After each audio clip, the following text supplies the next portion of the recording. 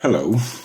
I enjoy a bit of traditionalism. So recently I attended a Church of Ireland service near where I live because they have a really nice choir and the ancient walls and high ceilings make a service very pleasant.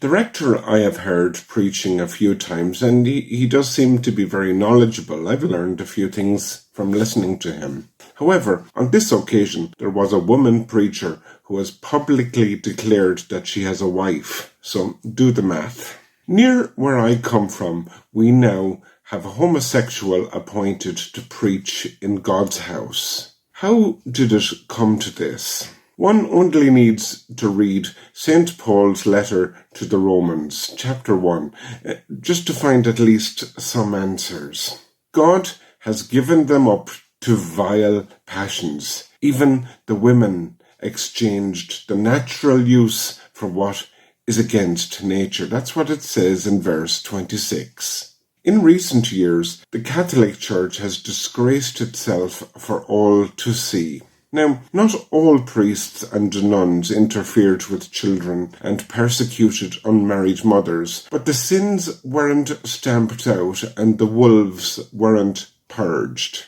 I walked out of the Church of Ireland service when I saw what was going to be preaching. This is not a woman who's struggling with a problem. If she's preaching in church, she is the problem. But so are those who tolerate this wickedness. They are also part of the problem. In one accord, they should have stood against it. Why didn't they? Unfortunately, if you ever have to make a stand, you may find yourself alone because the party faithful won't be with you. The aforementioned denominations took decades or centuries to arrive at where they're at. Less than 100 years ago, even the marriage of a divorcee wasn't allowed in Anglicanism.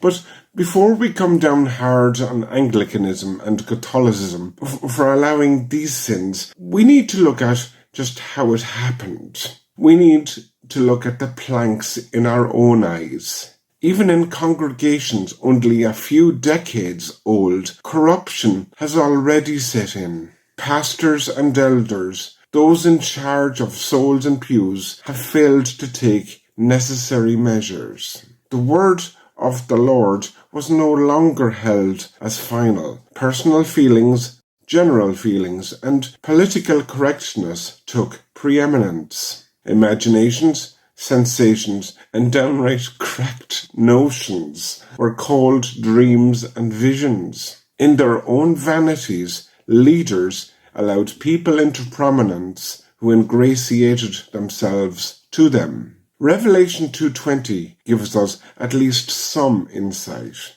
I have a few things against you. You suffered that woman Jezebel, who calls herself a prophetess. These are the words of the Son of God.